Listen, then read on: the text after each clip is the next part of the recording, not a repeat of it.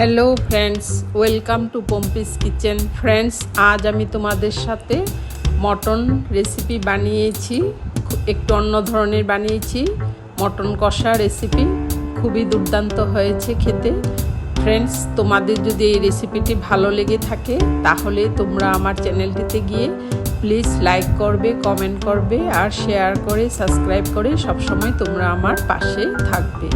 Friends, প্রথমে আমি কড়াই বসিয়ে তাতে হাফ কাপ সরষের তেল দিয়েছি। দিয়ে এবার আলু আমি কেটে নিয়েছি।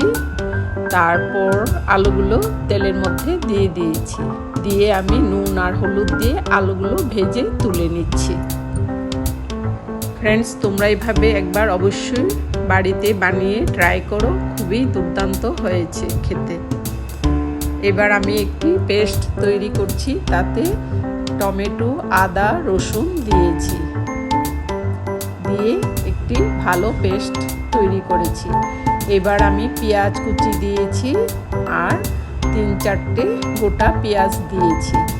আর এবার 3টে তেজপাতা দিয়েছি। দিয়ে আমি পেঁয়াজটা ভালো করে ভেজে নিচ্ছি। ফ্রেন্ডস, পেঁয়াজটা মোটামুটি আমার ভাজা হয়ে গেছে। এবার আমি টমেটোর পেস্ট দিয়েছি। আমি 2টা টমেটো পেস্ট করে নিয়েছি। পেস্টটা পেঁয়াজের মধ্যে দিয়েছি। দিয়ে আরও কিছুক্ষণ আমি ভেজে নিচ্ছি। ফ্রেন্ডস, আমি মটনটা একটা সিটি মেরে রেখেছিলাম। মটনের মধ্যে আমি নুন, হলুদ আর সামান্য তেল দিয়ে রেখেছি। দিয়ে একটা সিটি মেরে রেখেছি। এবার মটনটা ভালো করে পেঁয়াজের সাথে মিশিয়ে নিচ্ছি।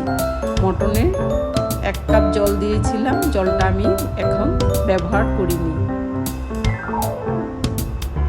এবার খুব ভালো করে ভেজে নিচ্ছি। এবার 4-5 টুকরা ছোট সাইজের দারচিনি দিয়েছি। দিয়ে আরও কিছুক্ষণ নাড়াচাড়া করে নিচ্ছি।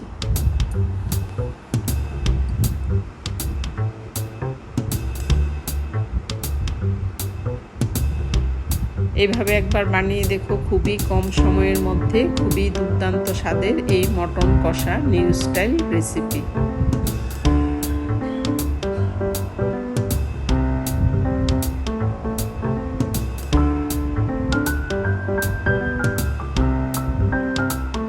ভালো করে মটনটা ভেজে নিচ্ছি। এবার আমি 1 টেবিল স্পুন জিরা গুঁড়ি দিয়েছি। দিয়ে আরও ভালো করে কষিয়ে নিচ্ছি।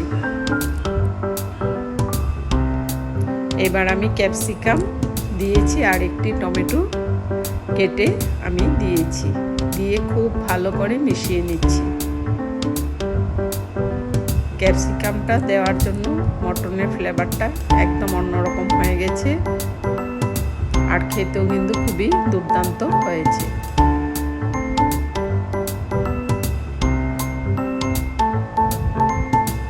এবার আমি মটন সেদ্ধর জলটা দিয়ে দিয়েছি। দিয়ে আমি ভেজে রাখা আলুগুলো ঝোলের মধ্যে দিয়ে দিয়েছি। দিয়ে ভালো করে মিশিয়ে নিচ্ছি।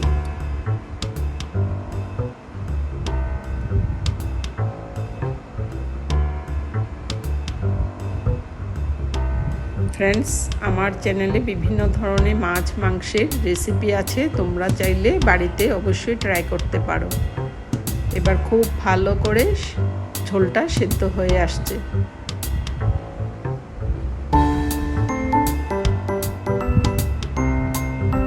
এবার সামান্য নুন দিয়েছি।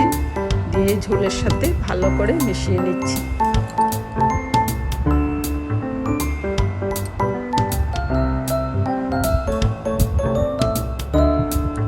ফ্রেন্ডস, ঝোলটা ভালো করে সেদ্ধ হয়ে আসছে।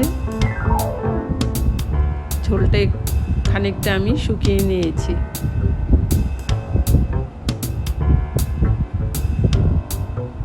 ফ্রেন্ডস, এবার আমি 1/2 টেবিল স্পুন মটন মশলা দিয়েছি। দিয়ে খুব ভালো করে আবার মিশিয়ে নিচ্ছি। ফ্রেন্ডস, দেখতেই পাচ্ছ খুবই লোভনীয় হয়েছে আর খেতেও কিন্তু খুবই দুর্দান্ত হয়েছে। ফ্রেন্ডস দেখো, আমি ঝোলটা পোড়া কষিয়ে নিয়েছি মাংসের সাথে খুবই কম সময়ের মধ্যে। খুবই দুর্দান্ত স্বাদের এই মটন কষা রেসিপি। ফ্রেন্ডস, দেখতেই পাচ্ছ খুবই লোভনীয় হয়েছে। Thanks for watching. বাই।